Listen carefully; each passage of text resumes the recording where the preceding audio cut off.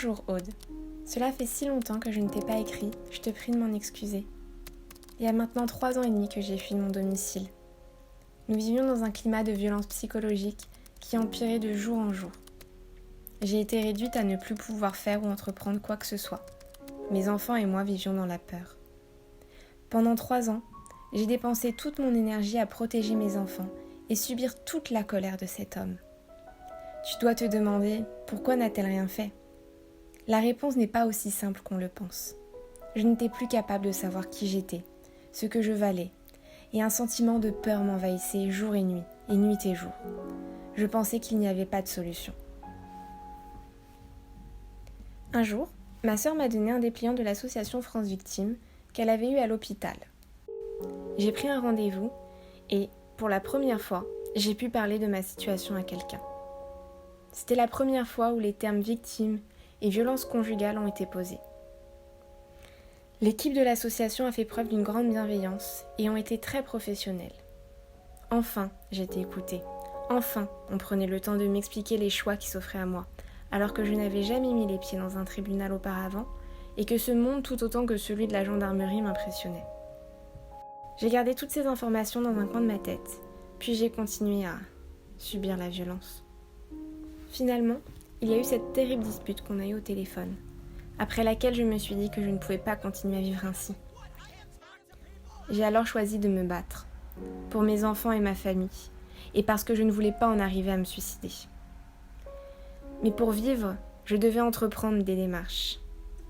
À ce moment-là, je ressentais une peur au ventre que je ne pourrais te décrire.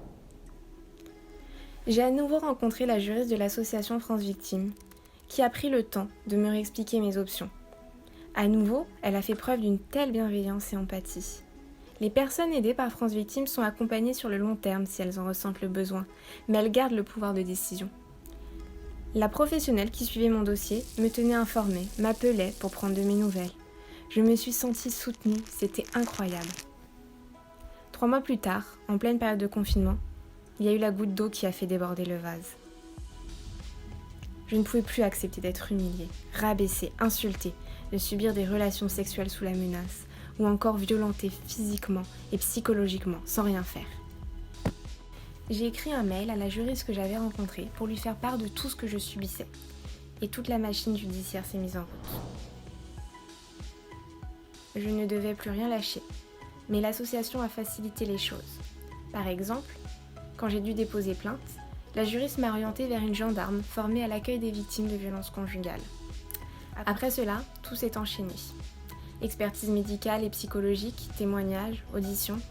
Je devais également mettre mon fils en sécurité alors qu'il vivait encore chez son père. Ça a été un vrai raz-de-marée. L'équipe de France Victimes m'a expliqué qu'il fallait prendre le temps de faire les choses et d'agir en temps et en heure.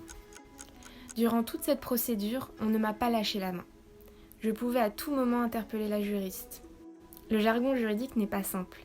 En contact direct avec les procureurs, l'association m'a aidé à défendre mes droits. Ils ont suivi mon dossier et ont notamment demandé une ordonnance de protection, dont j'ai pu bénéficier rapidement. Je suis toujours accompagnée psychologiquement et juridiquement pour comprendre pourquoi j'ai laissé s'installer la violence au sein de mon foyer. Même si c'est douloureux, il faut que j'admette ce que j'ai subi. Ce n'est pas toujours facile à digérer, mais si on ne nous bouscule pas un peu, on n'avance pas. J'ai appris à mettre des mots sur mes émotions, à me déculpabiliser et tout simplement à me réapproprier le plaisir de vivre. Tu ne le croiras pas, mais j'ai également retrouvé de l'estime pour moi et ma confiance en moi. Je terminerai en disant aux membres de ta famille, à tes amis ou toute autre personne qui lirait cette lettre que, si vous avez la peur au ventre ou que vous vous interrogez sur ce que vous vivez, vous pouvez demander de l'aide. Je tiens vraiment à remercier cette équipe qui m'a aidée. Sans elle, je ne serais pas arrivée jusque-là.